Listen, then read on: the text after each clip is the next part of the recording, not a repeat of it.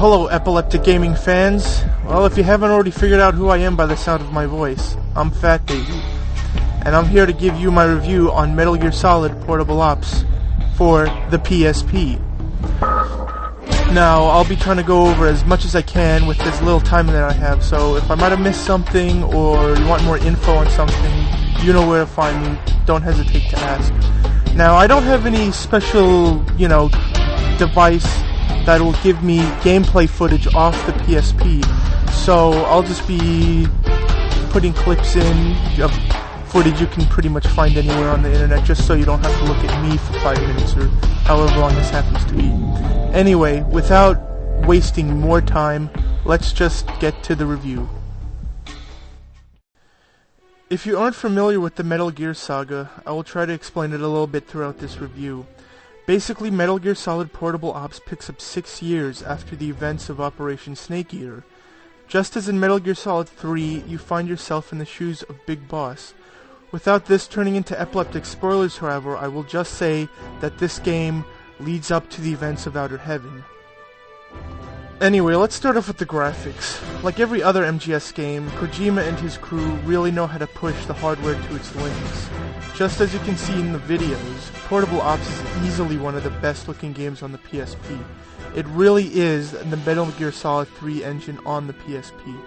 While you can see where they had to cut some corners in order for it to fit on the UMD disc, it looks great nonetheless. If you're as big as a fan as I am for Metal Gear Solid, then you know that you can expect some fantastic cutscenes. They make you feel like you're playing a movie. While they're all here and accounted for in Portable Ops, they probably aren't what you expect. Rather than using the in-game graphics like in other MGS games, what they do instead is they tell it as if it was a comic book. Sound kinda weird? Well, thanks to the magic of video, I can show you how awesome this looks. Let's take a look. Pathetic fool. Have it your way. Now you're a real traitor. I don't care if I have to destroy this whole base, as long as it stops the nuke. While this might turn off some people, I think it does a terrific job of telling the story. Ashley Wood, who did all the artwork, gives it that classic Metal Gear look. So if I had to give graphics a score, I'd have to give it a 9.5. Next is sound. Again, just like all other Metal Gear Solid games, it hits another home run. However, due to the size of the UMD disc, they couldn't have full voice work. All the cutscenes will have their various voice actors doing their respective roles, but in the codec scenes, it just stays as text. Not a huge deal considering what they had to work with, so I'm not really going to dock them for it. I'm going to give sound a 9 for the great voice work and the excellent music. In your eyes, Snake. This is our calling. It's all part of a greater mission. Let's move on to gameplay. In a first for the Metal Gear Solid franchise, you play the missions as a team of 4 rather than going in solo with Snake. In fact, you could play through the whole game and not even play as Snake if you wanted to. But let's face it, he's goddamn Snake and he has the best stats out of everyone. Anyway, in order for you to get more units for your team, you can either capture them in-game or use the built-in wireless feature. What this lets you do is that you can play as a unit that blends in with everyone else around him and sneak into areas Snake might not be able to without sounding some alarms. This doesn't always work the way it should though. You could be running around like a maniac doing flips and jumps and all sorts of shit and the guards won't even give you a second look.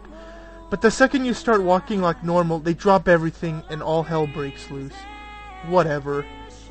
And one more thing they need to fix. What kind of bullshit radar is this? I mean, it's supposed to tell you, like, the sound that the guards can hear around them, but half the time you don't even know what the hell's going on anyway.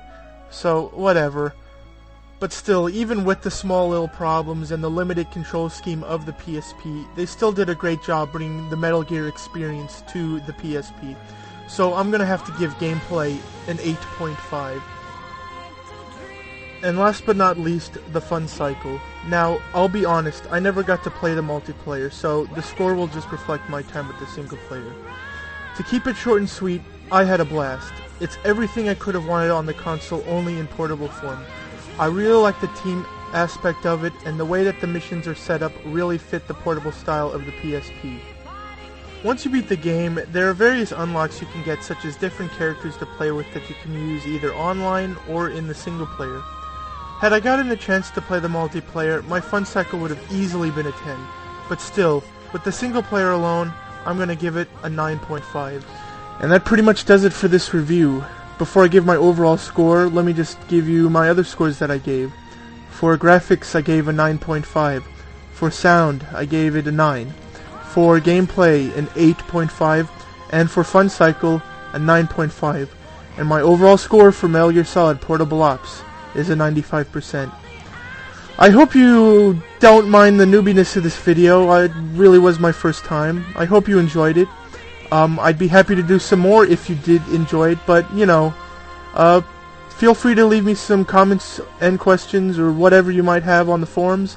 I'd be happy to answer them, and that's pretty much it. This is FatBaby saying nothing but love. Peace out.